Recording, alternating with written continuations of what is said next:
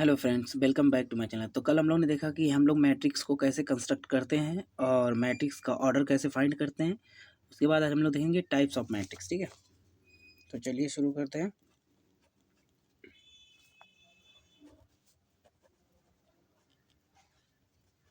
Types of matrix. ठीक है, तो मैं बता देता हूँ आपको कि इम्पोर्टेंट टाइप्स ऑफ मैट्रिक्स मैं यहाँ पे डिस्कस करूँगा। ठीक है, और बहुत ही ईजी है। चलिए शुरू करें। सबसे पहले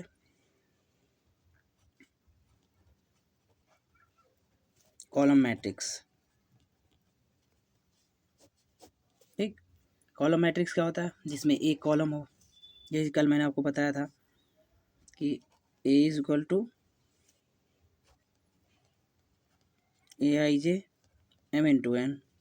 ये मैट्रिक्स मैंने कल आपको बताई थी। ठीक है, अब कॉलम मैट्रिक्स क्या होती है? जिसमें केवल एक कॉलम हो। जैसे कि फॉर एग्जांपल दिस A11 और A21। ठीक है, this is the column matrix और ऑर्डर इसका क्या हो जाएगा? 1 into 1। ठीक है, ऑर्डर इसका हो जाएगा 1 into 1, क्योंकि एक रो एक कॉलम। ठीक है, उसके बाद रो मैट्रिक्स सेम ऐसे ही है। सेम ऐसे ही रो मैट्रिक्स A11 A12, इसका इसका हो जाएगा 1 into 1। एक रो दो कॉलम, इसका हो जाएगा 1 into 2। ठीक, एक रो दो कॉलम, इसका हो जाएगा 1 into 2 ऑर्डर। ठीक, उसके बाद स्क्वायर मैट्रिक्स, बहुत सिंपल है। उसके बाद तीसरा है हमारा स्क्वायर मैट्रिक्स। ये हमारा है रो मैट्रिक्स। ये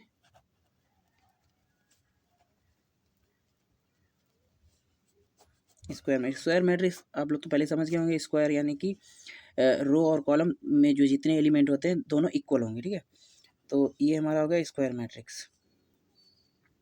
A11 A12 A21 A22, दो रो दो कॉलम।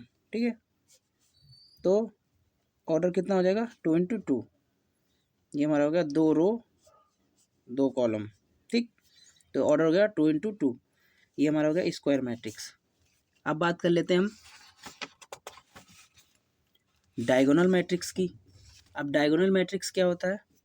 जिसमें केवल डायगोनल में एलिमेंट हो, बाकी सारे एलिमेंट जीरो हों। जैसे कि देख लीजिए, 4th नंबर है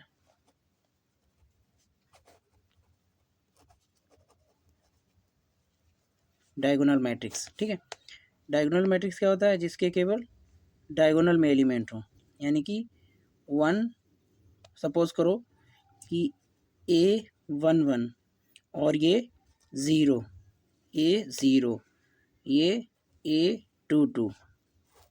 this is the diagonal matrix, but order same रहेगा। ठीक है, दिस इज द डायगोनल, क्योंकि केवल डायगोनल में एलिमेंट हो, बाकी सारे में एलिमेंट जीरो हो। अगर ये थर्ड की होती तब भी डायगोनल की होती। अगर थर्ड एलिमेंट अगर 3 into 3 की होती मैट्रिक्स ये, तो क्या होता? तो भी यही होता, A11 और 0 0 ए ये 0 और ये A21 A22 ये 0 0 0 A33, तीसरी रो तीसरा कॉलम, ये 3 into 3 की हो जाती। तो डायगोनल में एलिमेंट होते, बाकी सारे जीरो होते। ये हमारी डायगोनल मैट्रिक्स हो गई। ठीक है, ये डायगोनल मैट्रिक्स हो गई। अब बात कर लेते हैं हम किसकी? स्केलर मैट्रिक्स की। अब स्केलर मैट्रिक्स में क्या होता है? स्केलर मैट्रिक्स में सेम है, लेकिन क्या होगा इसी में देख लीजिए कि स्केलर मैट्रिक्स जैसे कि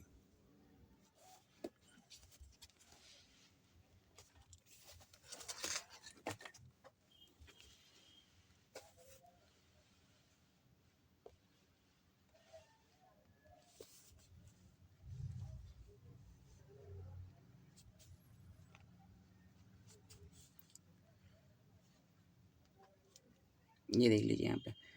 तो ये कौन था, फोर्थ, ये fifth, scalar matrix.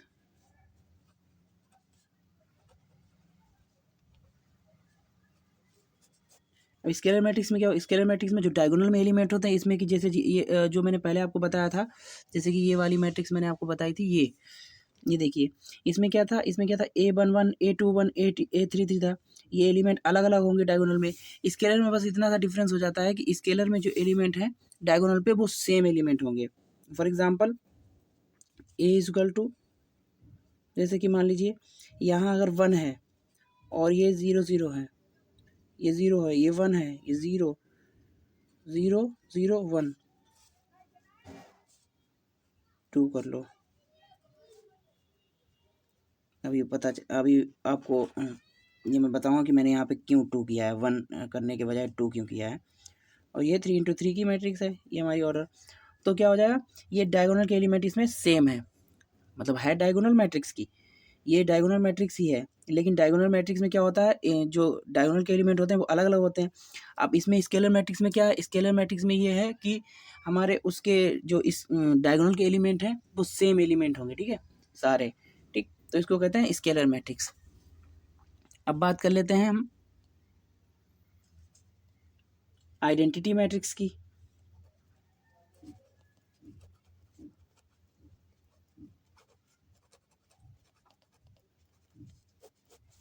Identity matrix, अब आइडेंटिटी मैट्रिक्स क्या होती है, अब इसमें आएगा आइडेंटिटी में जिसमें कि डायगोनल के सारे एलिमेंट 1 हों। अब पता चल गया ना मैंने क्यों वहाँ पे 1 से 2 किया था यहाँ पे, क्योंकि वो फिर हमारी आइडेंटिटी मैट्रिक्स बन जाती, फिर वो स्केलर मैट्रिक्स नहीं रहती। तो इसलिए मैंने यहाँ पे 1 की जगह 2 किया था। तो अब ये क्या हो गया, आइडेंटिटी मैट्रिक्स। आइडेंटिटी मैट्रिक्स में क्या होता है, डायगोनल के सारे एलिमेंट 1 1 1 होते हैं, बाकी सब 0। डायगोनल के अलावा डायगोनल में केवल 1 1 होता है, बाकी सारे एलिमेंट 0 होते हैं आइडेंटिटी मैट्रिक्स में, ठीक है। तो उसको कहते हैं आइडेंटिटी मैट्रिक्स, ठीक।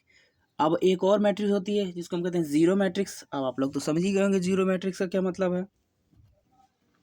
ये 7 number zero matrix in the sense सारे एलिमेंट्स 0, चाहे वो 2 × 2 की हो, चाहे वो 3 × 3 की हो, इसको कहते हैं जीरो मैट्रिक्स, ठीक।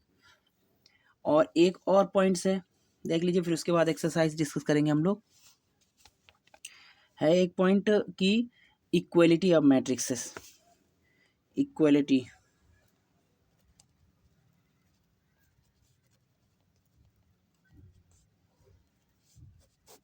सपोज करो A = हमारे पास है 1 2 0 3 और B = हमारे पास मैट्रिक्स है 1 2 0 3।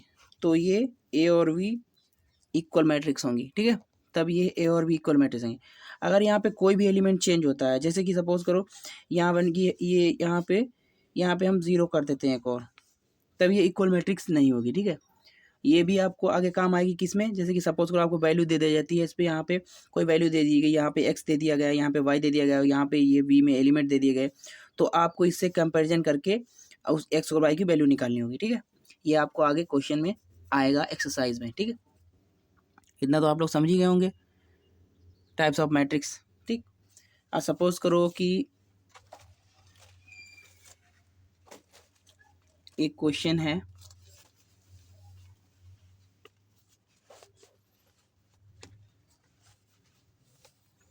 एक क्वेश्चन है, देख लीजिए। एक मैट्रिक्स दिया आपको, तो 3 × 3 की मैट्रिक्स है ये, ठीक। क्या है, x+3 और z+4 और तीसरा एलिमेंट हमारा है 2y-7, फिर सेकेंड रो में -6 और ये हमारा a-1 और 0 और b-3 -21 0, ये a हो गया।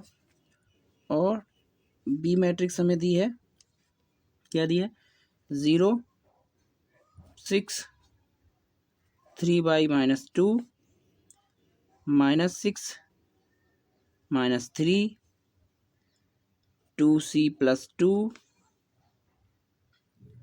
और 2b प्लस 4 माइनस 21 0। ठीक है,